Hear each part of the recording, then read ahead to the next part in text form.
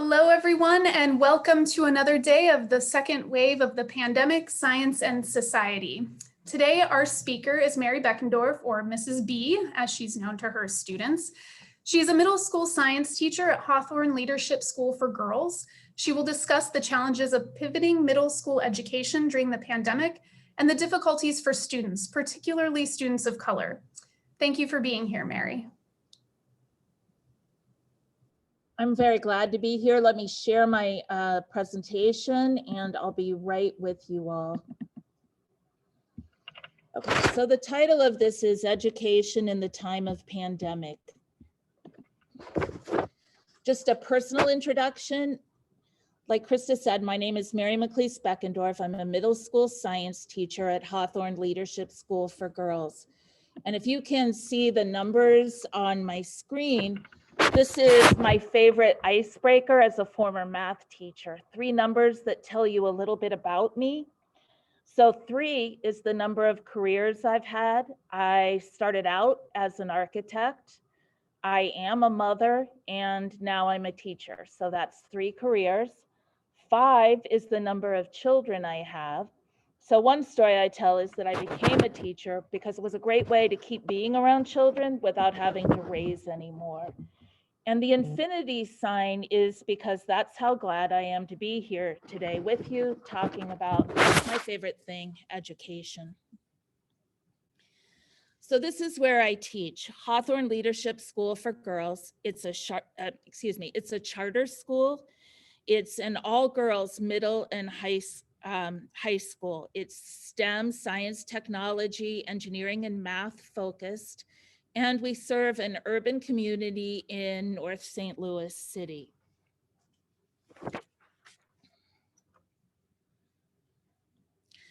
So Hawthorn's relationship with Washington University runs pretty deep.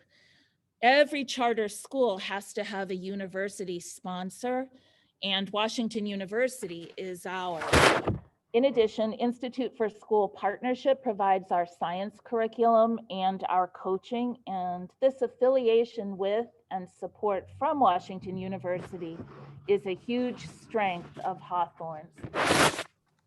Sorry, Mary, not to interrupt you, but we're getting some feedback. I think some papers might be touching your microphone or swishing across your microphone sometimes. Sorry about that.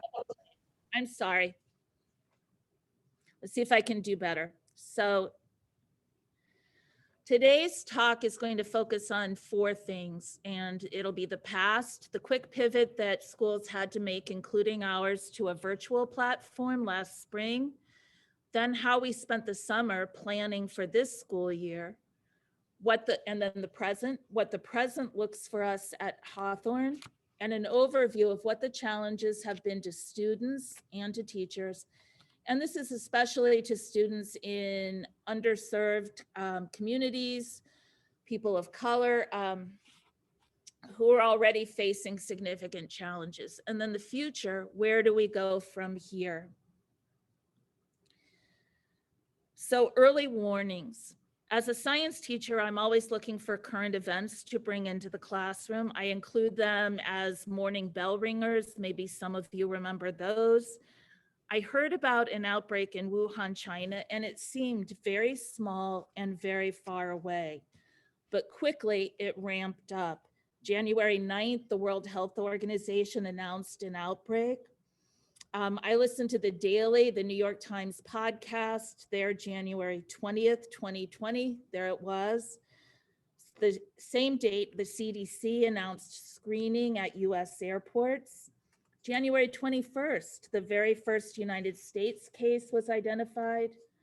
By the 23rd, Wuhan and 13 million Chinese were under strict quarantine. And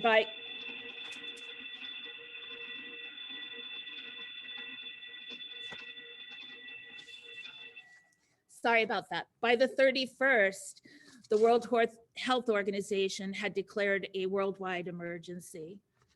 So later in this class, there'll be a chance for you to visit a Jamboard and leave your thoughts about these questions. Do you remember when you first heard of the coronavirus, and what was the first thing that changed in your life because of COVID? For us, by early March, it looked like not if, but when schools would close. Our spring break was March 23rd through 27th. We got word on Monday the 16th that we would be closing. March 17th was our last day. Our goal was to send all students home with a week's worth of paper and pencil packets for them to work on. We're pretty proud that by the 31st, we were up and running in an all virtual format. On this slide here, you'll see some of the things that I put out. The going remote, it happened really quickly, and the remote model was extremely different for all of us. Neither teachers nor students had time to prepare, but even so, I'm pretty proud of some of the things that we put out. Hawthorn, my school, was able to get each girl a Chromebook, and a lot of girls, we helped them with their internet and hotspots. We had real teachers and actual classes, and these are some of the units that I put out. Thermal energy, a demonstration, because that had been the unit we were studying. COVID-19 exploration, which I'll go into in a minute. A collaboration with the science art teacher, and pattern growth and time. And I will leave this slide presentation. You can access some of the student work and the things that my students studied in that quarter. So I have thought of science as a critical thinking, and science is evidence-based analysis of phenomenon before COVID-19. I've had some pretty rousing conversations with students about, were there really dinosaurs? How old is the universe? Is evolution real? And how do faith and science relate to each other? These are all pretty polarizing questions sometimes, and they're very interesting, but they're abstract. All of a sudden in COVID times, science as an evidence-based analysis of phenomenon was a matter of life, health, death right now. How do we keep ourselves and our loved ones safe? How can we determine what information is credible? And what groups are most affected by COVID-19? So science seems like the perfect vehicle for trying to understand what was happening in the world right then. Heather Milo, who I understand you heard from last week, is my instructional coach. And I started talking to her about wanting to put together a unit of study for our students about COVID-19, because it was all consuming to me and certainly changing everything around us. So these were our two objectives. Students will be able to ask questions about the phenomenon of the current COVID-19 pandemic, and that students will be able to understand that science is a vehicle for learning about and impacting the world around them. We started out by asking our students questions. And so we opened up the Jamboard like I was showing you before, and we just asked our students to brainstorm as many questions as they could. We got a lot of engagement, a lot of questions. We sorted those questions into buckets and came up with the 4 or 5 concepts that we studied throughout this unit. So how do we keep ourselves and others informed and healthy during the coronavirus pandemic? What's our history with viruses? How does COVID-19 spread? How can we keep people safe? Who does the coronavirus impact? And what does our future look like? And how do we know? And this board of questions was something that we kept coming back to as we came up with answers or information. One critical part of this unit was trying to learn how to be critical thinkers, because we had a lot of questions, but we weren't always sure where we could find reliable information or how we could determine whether a source of information was credible. Like in our world today, there is so much information, but knowing how to analyze it or sort it is problematic. So we talked about all the places that you can get information, clear from gossiping with your friends, random Instagram facts, Facebook, websites with different websites with different focuses, and tried to come up with ways to think about how to evaluate them. So we gave them a framework to try to assess whether information they were getting was valid and credible. We managed to make it through to the end of the school year in 2020. And then we saw the summer as a time for planning, a time for reflecting on where we were and what we needed to do differently. I was part of Hawthorn's planning committee, and I also worked a little bit with MySci and Heather Milo and some science teachers in the St. Louis area. One of this presentation is a summary of something I put together as part of those things. And this was basically what we came up with. We knew that these things were going to be true. Everything was going to be different in 2020-21. Whether we're bricks and mortar in the building learning or distance learning, we will need to use new tools to engage our students.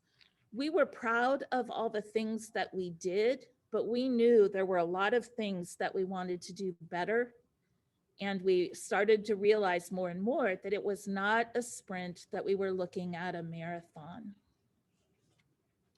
So these were the goals that we set ourselves for remote learning in 2020-2021. We wanted to be prepared to deliver engaging, rigorous lessons in any of 3 learning stances: in an actual physical classroom, in a remote synchronous setting, or a remote asynchronous setting. We didn't know what was going to happen. We didn't know where we would be, but we felt if we were prepared for all of these, we'd have a good framework. We also knew that we needed to up our game and integrate multiple interactive touch points in our lessons so that our students could be more involved.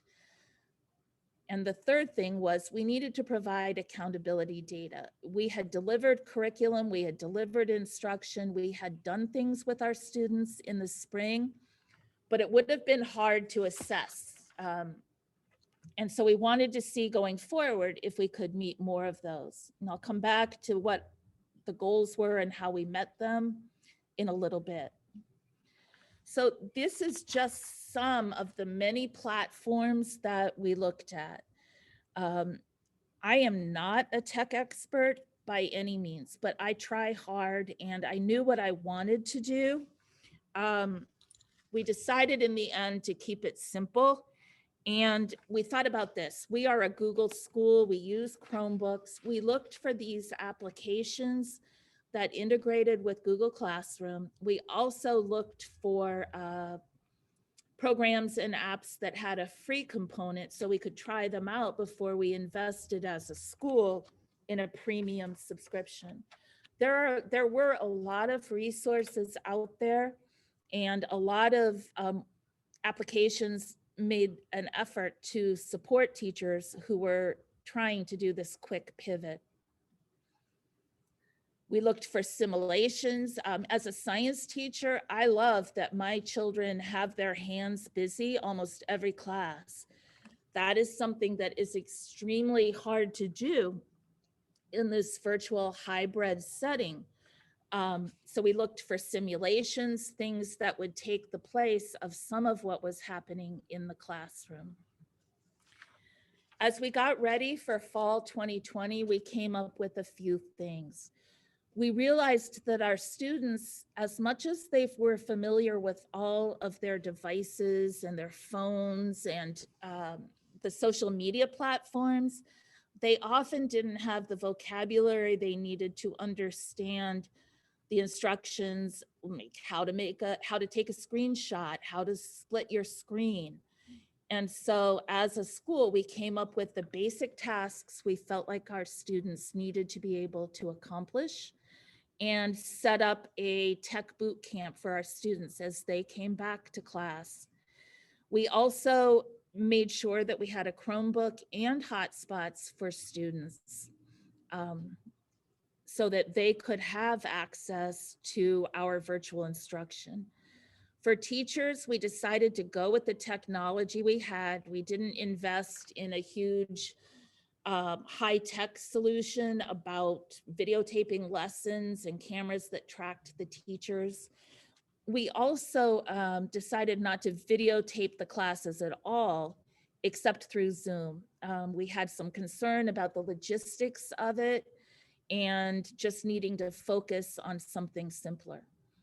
We also talked as a team how to give students the chance to figure a few programs out rather than every teacher having 5 different things that they were using.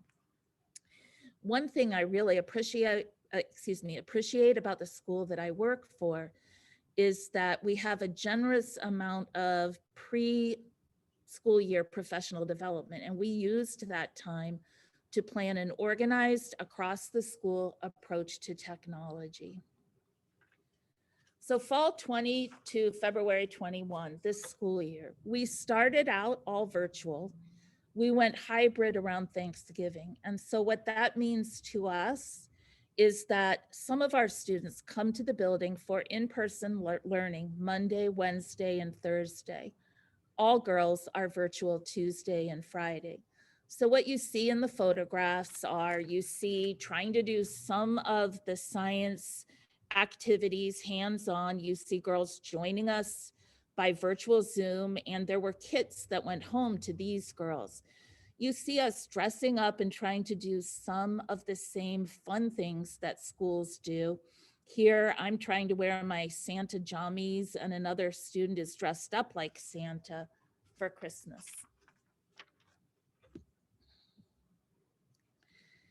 So this is what my day looks like, my mission control. I think of it as being low tech, high tech. I have a school Chromebook that runs my Infinite Campus attendance program and my GoGuardian computer monitoring programs up and running. I have my personal laptop, which hosts my Zoom and gets me where I need to go most of the time. I have my iPad up and taking, including the rest of my classroom in the shot so that the virtual girls at home can see the students who are in classroom. It's not the best, but I tried doing it with just a Chromebook and it was extremely challenging. This is working for me. Most of the time I have my phone working too. So that sort of gets us to the summary points. How are kids doing? Here is a chance when you get to that Jamboard. Do you know any students in K-8 in high school? Are they virtual in the building, hybrid, and how are they doing? And then you all are college students. This isn't really the college experience you imagined. How do you think that you're doing?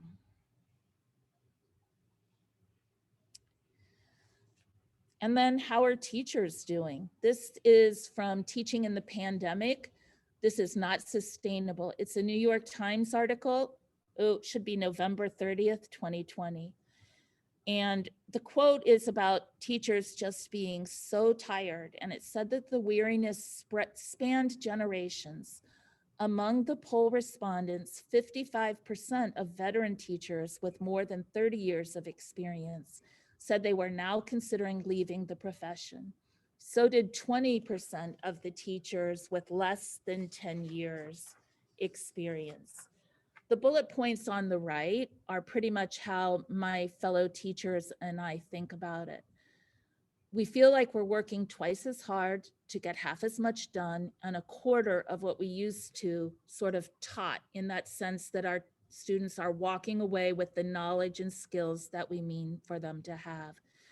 We know that we're not reaching our students' needs, and we sit in the stress and absolute crush that is, especially when we go on to talk about some of the statistics. Just know that teachers really feel how this is all going. Where we are as a nation. Most of this information comes from an article, 13,000 school districts and 13,000 approaches to teaching during COVID. And I would argue that each of those school districts has many schools and many classrooms and many students. So there are a lot of approaches and a lot of experiences with education in this time of pandemic. So some excuse me, some schools have stayed open throughout this whole thing. Some schools are all virtual still. Some districts have parents who are irate because schools aren't open. Some parents don't want to send their children to school. And there are, though, some trends and some data pieces that are starting to emerge. So to the right, you'll see some statistics. 1/3 to 1/2 of students are failing one or more subjects. In Houston, for instance, the 7th largest district in the United States, 42% have one or more Fs, compared with 26% last year. In St. Paul, Minnesota, 32% of high school grades were Fs, compared with 12% rather, the previous year. 30% of students are chronically absent in a lot of school districts. And by that, they don't mean missed a class or missed a day. They mean not coming multiple days or multiple weeks. And probably every teacher has a list of students that they have seen very rarely in this time. There's a startling rise in mental health visits to emergency departments among 12 to 17-year-olds. Approximately 30% or 25%, depending on the article you're accessing. And you can talk to a lot of people deeply divided about the best course forward. I said before, some families insist that their children would be best in in-person school building, and others are unwilling to send children to in-person classes. In my school, parents had the opportunity to send their children, and we had maybe 1/3 to 1/2 of parents who were comfortable sending their students to the building. You have teachers who are concerned with their personal safety because the risks are real, and as much as you tell students to please keep your masks up, do the following things, it's really difficult for students to comply all day long. So that leads us to the harsh reality. Our experience at Hawthorn tracks pretty closely with the national statistics I just gave you. If you look at Maslow's hierarchy of needs on the left-hand side, most of our families are operating at a survival level. They are concerned about getting food on their table. They are concerned about their personal safety or health. There is not much bandwidth for them for these upper levels of human activity.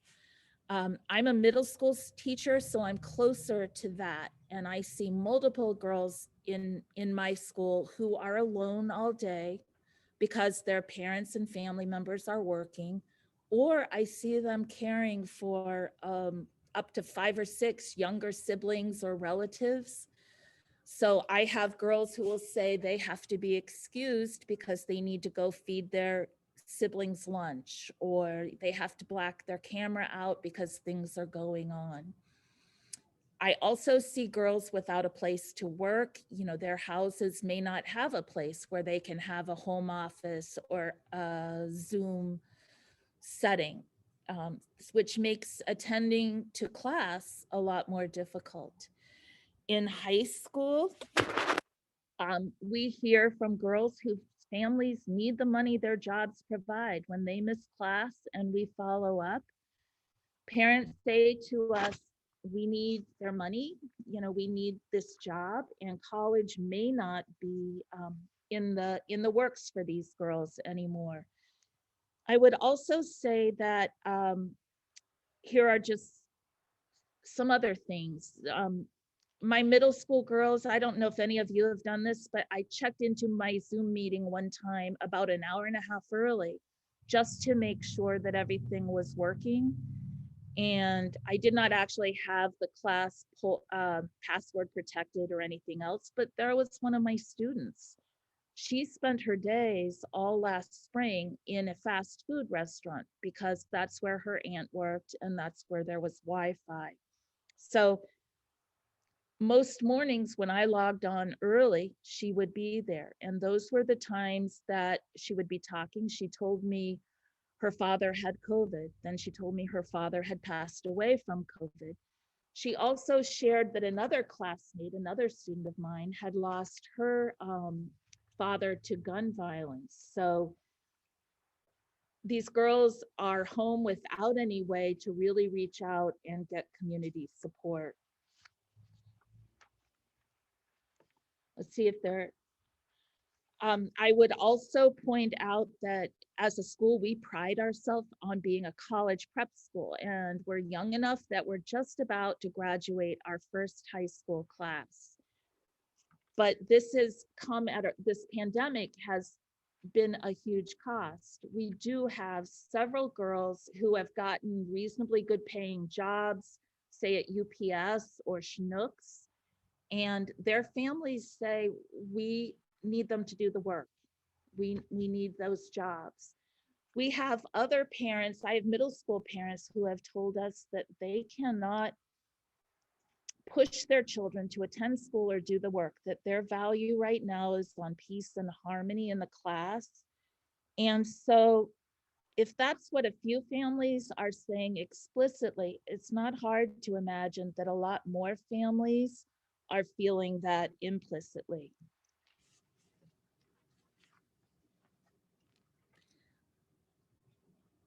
So again, the harsh reality for me and my school is that communities of color, under-resourced communities, they are impacted more harshly by the pandemic. So my community is dealing with deaths, illness, economic hardships, loss of jobs, loss of housing. But all of this is on top of the normal hazards that accrue to these communities: gun violence, homelessness, and still economic hardship. That really just doesn't leave much space for them to focus on things, even as important as we think education is. So where are we now? What students are bearing the brunt? From anecdotal evidence and just how I have heard about it, it's younger students. When I think about it, I feel like my middle school students are about the youngest that can really navigate this virtual world. Friends of mine who teach kindergarten or first grade have a lot of stories about how challenging that is, especially if students don't have someone who is literally sitting right beside them. I also know parents of children that age, and unless, they're stuck with this having to be there all the time and work from home or not work from home, both of which have their own challenges. Then exceptional learners, those students that depended on special education services to access support, very hard to provide that in the virtual environment. Third bullet point is all virtual or non-live instruction. Students who don't have real teachers, who are maybe all in an automated or online programs. I'm in a school building, so you're going to hear the bell. I think that might be the last one. Then students from communities that lack technology resources like the internet or devices. Again, I'm pretty proud of Hawthorn that we provided Chromebook devices and hotspots to any girls that did not have them. Actually, to any girls who wanted them. They didn't even have to demonstrate need. So students from disadvantaged communities whose families are disproportionately impacted by COVID-19 cases, unemployment, and other things. In that COVID-19 unit, when we talked about the disparity of how African Americans and minority communities were impacted, at first my students thought that I was being racist or that that was a racist comment, but they came to realize that there was factual data supporting that conclusion. So my closing part is some thought experiments from the smallest and most concrete to the largest and most ambitious. So first is, how can we create individual lessons that are engaging and productive? Second, how can we reconnect students and their families with education? And by that, I mean those students who have been chronically absent, who are missing and whose families we can't get a hold of at the moment. And then the third is, how can we as a society acknowledge and address the reality that students have had 2, maybe 3 years of their education impacted by the pandemic. I see I forgot my C. So back to the first, the lessons. If you remember, I had some goals that my school had set for us at the beginning of 2020 and 2021. The red is my addition. So first of all, how can we create lessons that are engaging and productive? Then the red is, and support our students' SEL, social emotional learning needs. Because we're all coming to realize that that's extremely important for students right now. So on the right-hand column, be prepared to deliver engaging, rigorous lessons in any of the 3 learning stances, integrate multiple interactive touch points in lessons, and provide accountability data. Then the red, acknowledge different home circumstances, provide structured ways for students to interact with each other during a lesson, and provide the opportunity to interact with each other in productive, unstructured way. So at my school, the expectation is students will have their video cameras on, but often their home situation is crowded. And I think sometimes it's challenging for students to feel like they want their cameras to be on. The second bullet point, it's hard after a long time of being alone and in a virtual space to know how to discuss things, and it's challenging to do that over Zoom. And then third of all, how can we let our students interact with each other in the same way that they would have done in the hallways or the cafeteria? I saw one teacher who said he just lets his students talk for a few minutes at the beginning of class, and that at first they didn't really think he meant it, but slowly they got to the point where they did have that chatting and connection with each other. So again, there's a Jamboard slide where you could maybe post what are the most engaging virtual learning experience you've had. And then on the 6th board, what kind of lessons would you design to engage students? What's the learning target? How will you know if students are engaged? And how will you know if they achieved the learning target that you established? The next bigger step is reconnecting with education. How can we reconnect the lost students and families with education? What societal supports need to be put in place?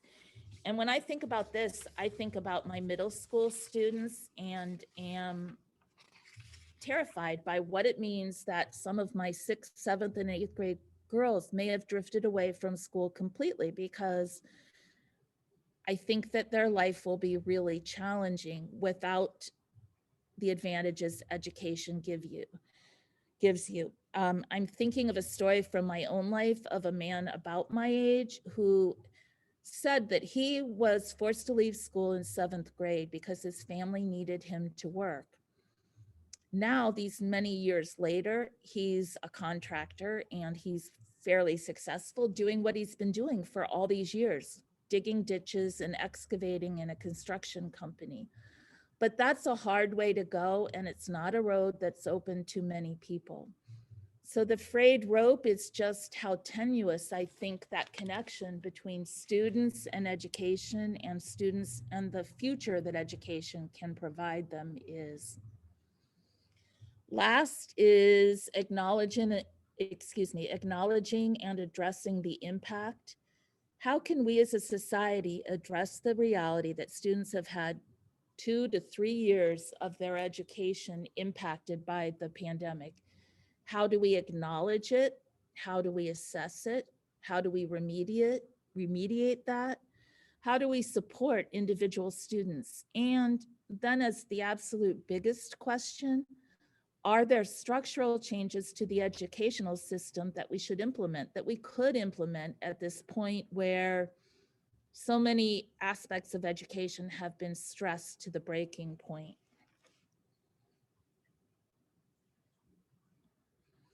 And that's the end. So thank you very much for the opportunity to come talk to you about education in the time of pandemic. Thank you very much. That was wonderful. And the students are also saying thank you. So we're going to do a question answer session now. There's a lot of great questions. And then we're actually going to come back to that Jamboard for the last 15 minutes of class. So we will put the link to the Jamboard in the chat when we're ready to do that. But for now, let's just focus on questions. So I loved that you had that lesson about fake news where it was indicating to the students what they should look at. We've talked about that in this class. How do you evaluate the sources where you're getting information? And some of the students had questions about that. So from your experience, where are K through 12, or in this case, middle school students getting information? Do they have reliable sources of information? I don't think they do have reliable sources of information. I think they hear gossip from their friends. They hear information from their families, which could or could not be accurate or reliable. It was really quite an intersection to have the political campaign of 2020 and the pandemic going at the same time. I think all of us had to think hard about where we were getting our information. Yeah, that makes sense. Okay, and then students had several questions about technology. And so I'm going to break these up into a few different categories. So one, they were wondering, what was the hardest part about getting your students access to technology? And then what related to that, what's the hardest part about managing the hybrid classroom where you have to be doing both in person and online? I was proud of my school for delivering Chromebooks to every student and hotspots so that they could be online.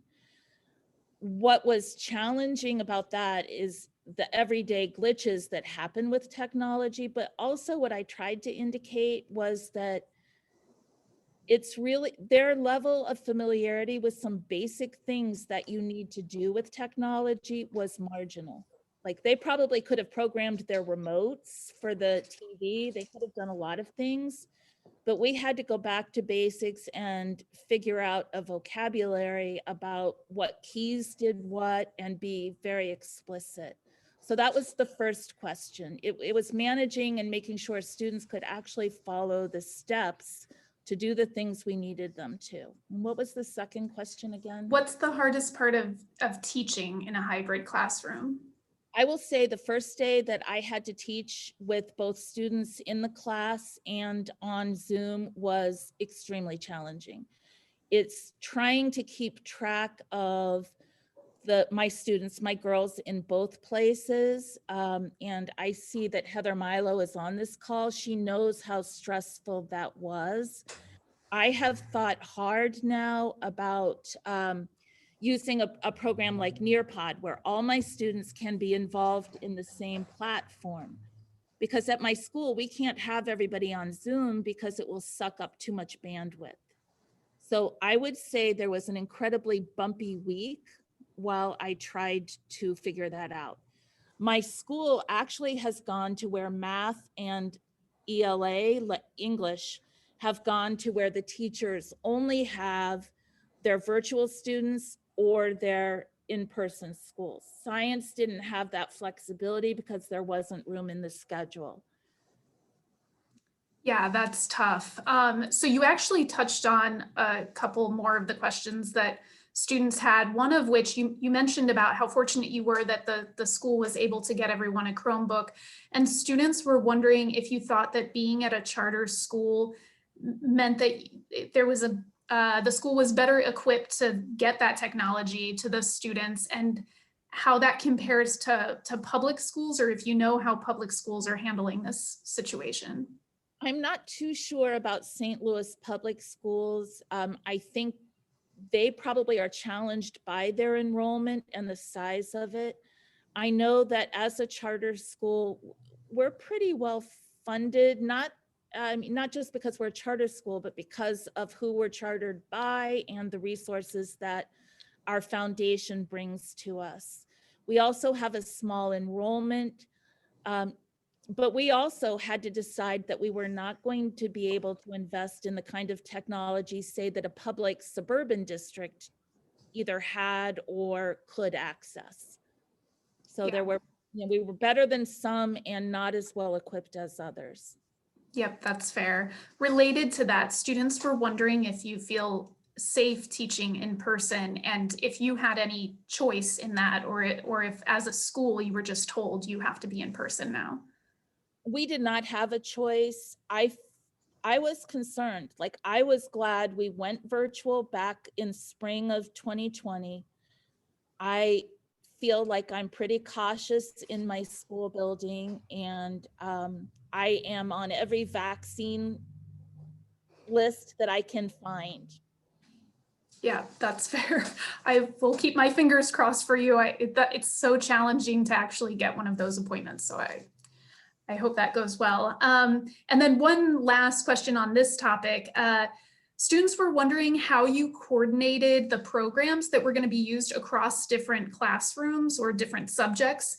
I know that that's an issue we've struggled with at WashU, students trying to figure out, all these different places they have to check to keep track of things for each of their classes. So how did you standardize that? Well, all of our teachers used Google Classroom, so that's an organizing principle. We decided to be a Zoom school instead of Google Hangouts or other things. So we spent some of that pre-2020 fall trying to figure out how to be as streamlined as possible. And we did discuss some of those programs like Nearpod or Flipgrid, Jamboard, to try to have some things in common. Yeah, that's excellent. So on that note, students were wondering, in your experience, how to keep students engaged. And there were a few different questions around this, so I'll kind of group them. So one is about those different online platforms or apps. Do you feel like they really did help students with concentration and engagement, or did it complicate things? And then a related question, more generally, students were asking, a lot of students were asking, how do you keep students engaged? Is it with humor or games or storytelling? Like, what's some advice for how to keep middle schoolers engaged? Well, I don't know. Like, I feel lucky that science is often intrinsically engaging, and I appreciated the hands-on nature that was such a draw for me last year. Last year was my first year as a science teacher. This is my first year as a science teacher in the pandemic, and it's very different. How I try to connect what we're learning about with how it impacts their community or how it could lead them to a career. I found that some programs helped. I mean, I have used something called Ed Puzzle, where you can record yourself giving a lesson, and then there are questions that you can embed. So they're comprehension checks. I don't know necessarily how you keep students engaged. I'm a little bit better now at trying to assess whether they did watch the video and they did answer the questions. I try to make science as interesting as possible, and I try to explain to them why they need to know it. Yeah, I also think science is just naturally engaging, I suppose, when it's two science teachers talking. We're in the right field then. Yeah, that's right. We can just tell each other how fascinating this all is. Great. So I guess more generally, students are wondering if you've noticed a shift in the mindset of your students, if, you know, what the sentiment is, especially as this is just like continuing to drag on. How have you seen their mindset shift? Well, I think that I see a growing number of students who are just tired of the whole thing, and maybe this mirrors the larger community, saying they don't care about masks anymore. It's almost done. And I see some students who are virtual saying they're happy with being virtual. I see more struggling with it. I guess I see just the things that I talked about. I do see a lot of students who are struggling emotionally, and many students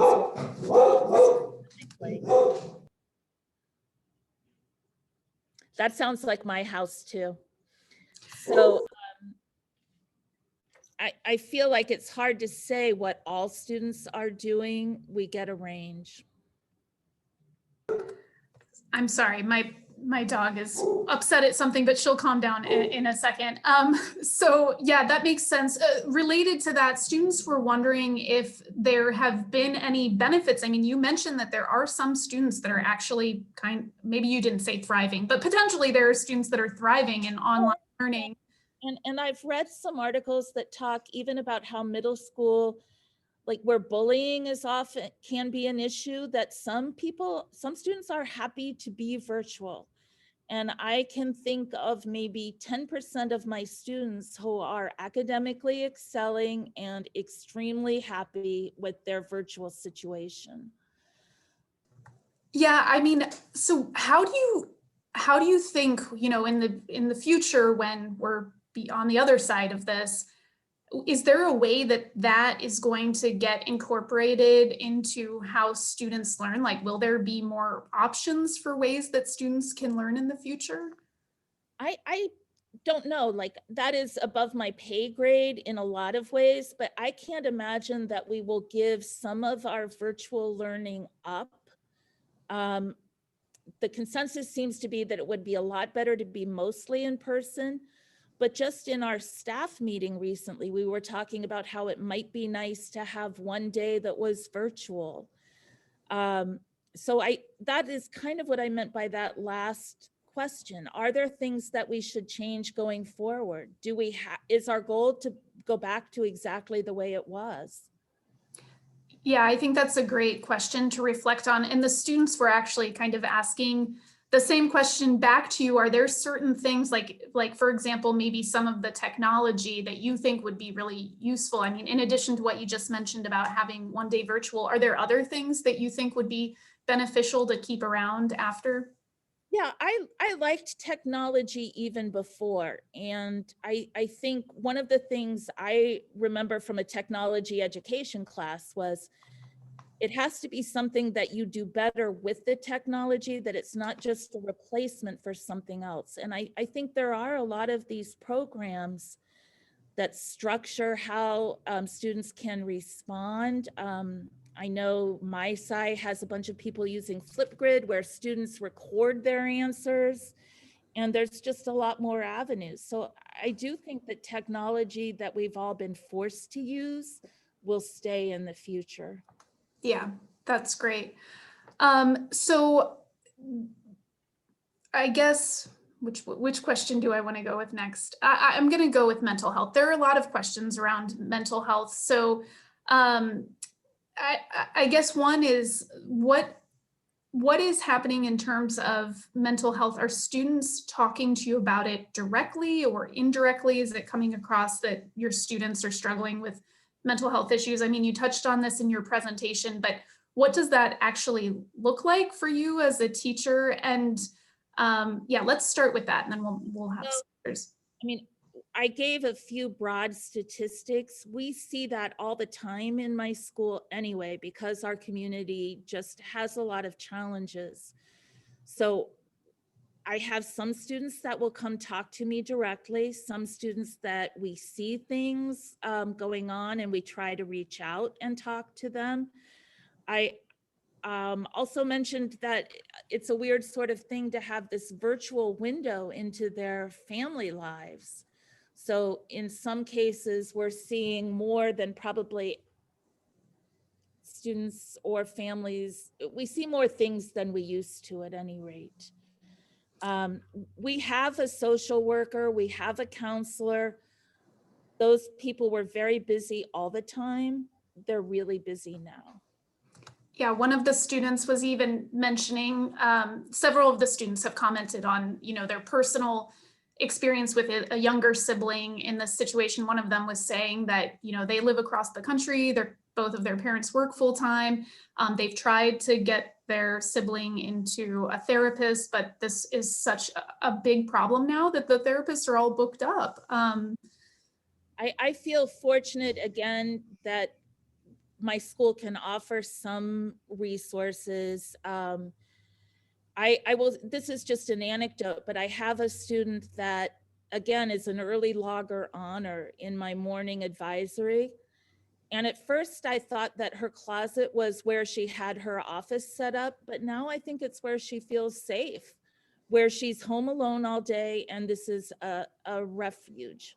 And so I feel like maybe a lot of us are going to have trouble coming out again when we're done with all this.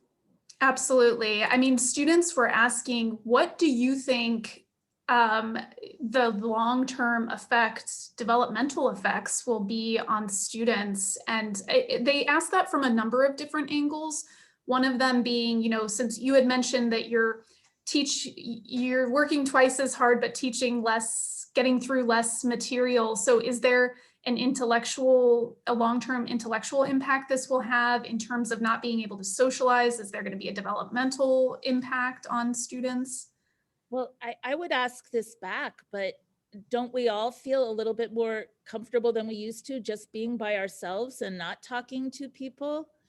I feel like a lot of my girls, the ones that I was saying like being virtual, they're also the ones that didn't like group work that much in the beginning, so I don't know how that's going to play out. I think that that's a huge issue, and it's going to be something that researchers are looking at for a long time. How do we deal with the fact that maybe over this year or two, students have learned half as much as we would have expected students in those grades to learn? And that's at middle school. What about students who are trying to learn to read or trying to get those social skills that the early grades give you?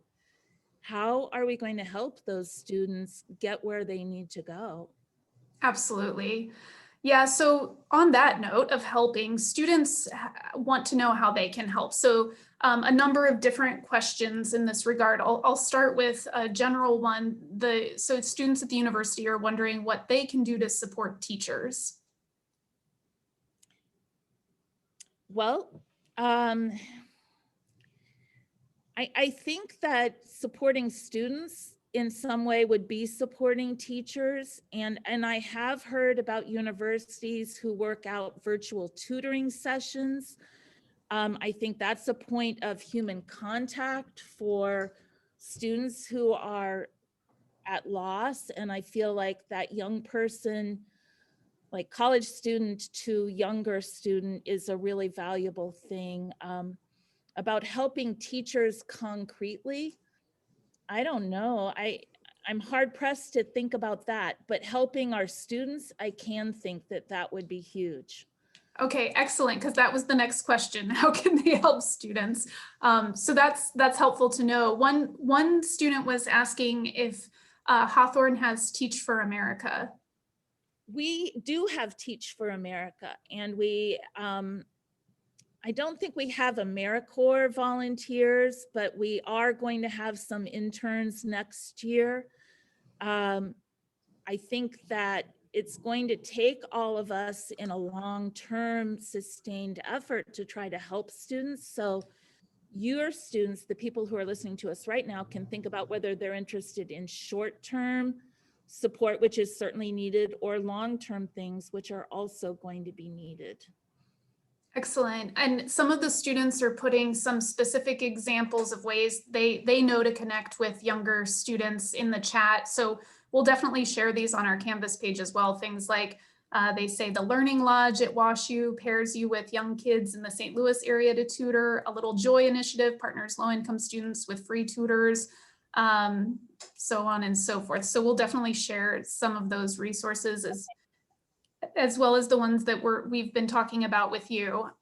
Some of the students that have siblings were asking if there's certain things that parents or older siblings can do to help the K through 12 students, things that you've noticed in your interactions. I mean, obviously, as you pointed out, a lot of this is out of people's control, because if you have working parents, single parents, things like that, it complicates the situation. But if people have the ability to do something to help improve the success of their relative that's doing online learning, do you have any suggestions?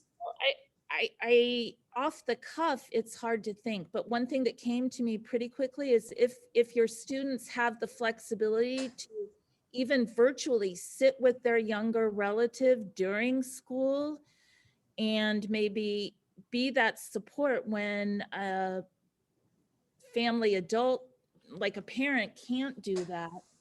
I just cannot imagine what it would be like for younger students to try to be on camera a whole day without an adult present. So, maybe even virtually is better than nothing. Checking in with your younger siblings, asking, what did you do in school?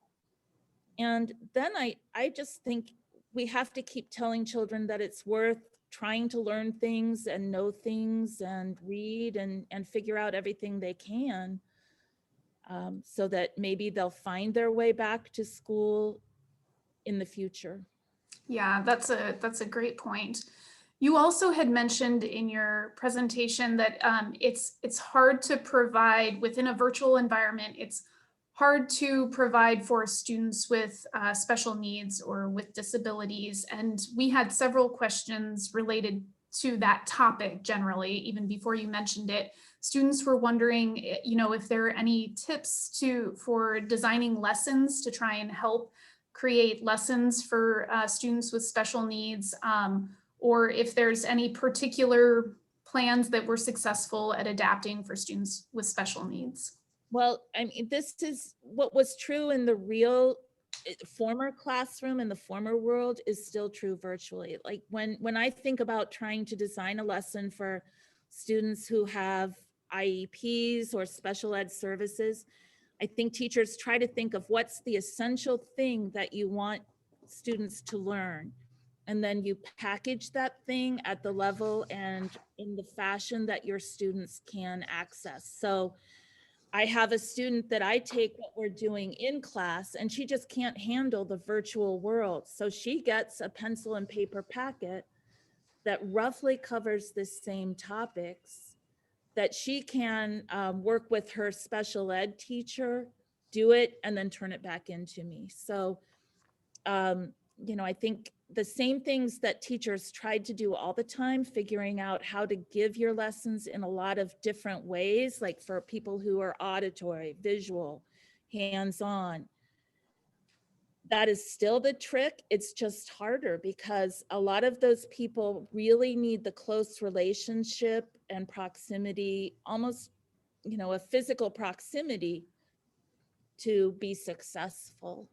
Yeah, that's a great example though, in terms of the physical packets. And yeah, those are great suggestions just in terms of ways to think about it, to try and make it accessible to, any student that wants to engage. So that's great. Because we had talked about volunteering, also students were wondering if there are ways to volunteer specifically at Hawthorn.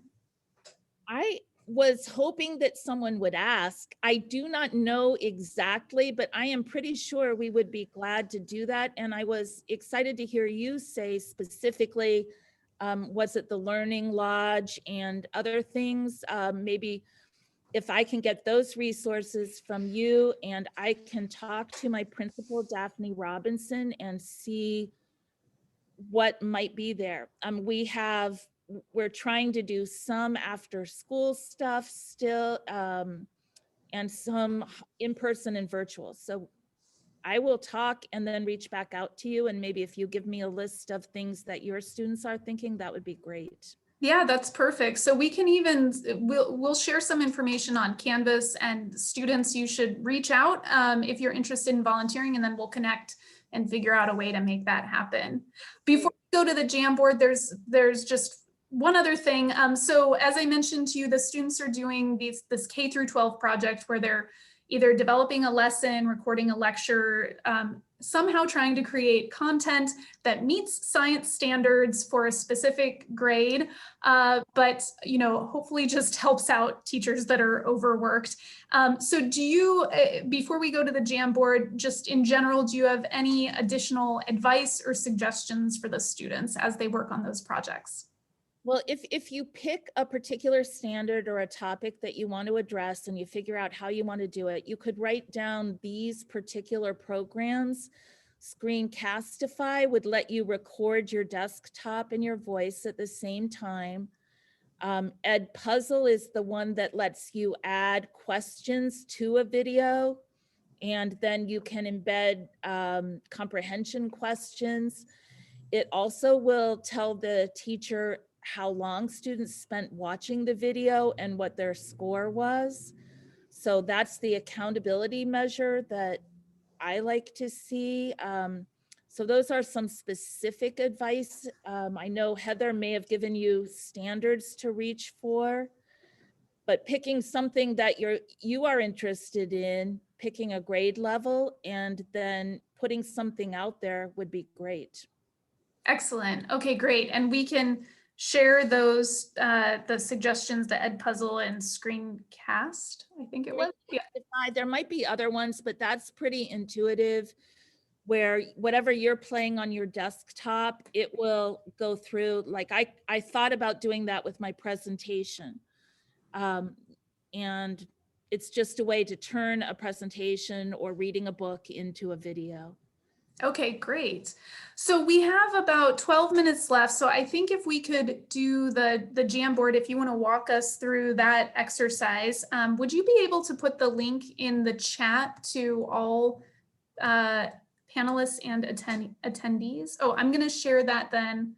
I just that one link, but there it is. And I'll go back to the Jamboard and just show you what it is.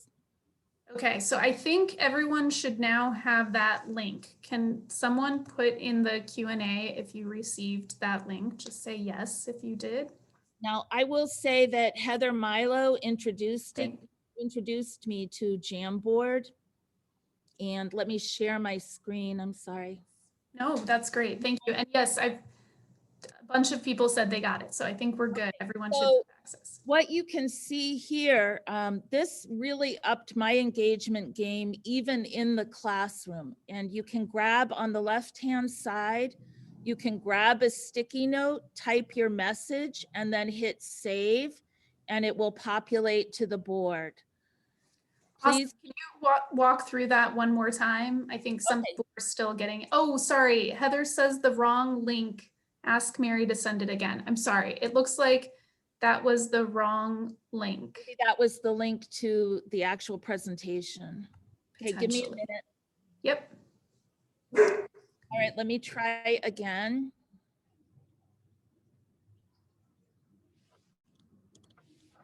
Okay, I think this is right. So what you will see is that there is a toolbar across the left-hand side. And the one that has the rectangle with a couple of lines, that is a sticky note. So when you click on it, you're going to get a blank sticky note. You can type your message. And then when you click save, it will show up. Please don't be like my 6th graders and clear the board or mess with each other's messages. Okay, great. So I think people are saying, yeah, also that you can access the link through the initial link that you sent also has the link embedded within it. Sorry, my dog's barking again. But yes, if you can keep walking us through this, that would be great. And students participate in the Jamboard. This is, the first one is, do you remember when you first heard about the coronavirus?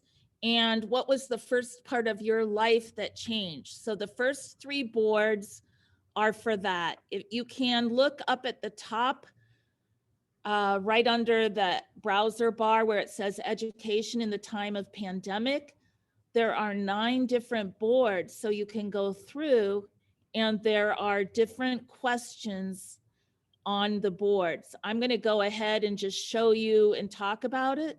So once that first board gets crowded, the second and third are the same. Do you remember when you first heard about COVID? What was the first thing in your life that got changed because of COVID? Then you can go on through this Jamboard. 4 is, do you know students in K-8? Are they virtual in the building or hybrid? And how are they doing? 5 is, what's the most engaging virtual learning experiences that you've had in the pandemic? Because what you have gotten a lot of out of might be what you want to do for your exercise.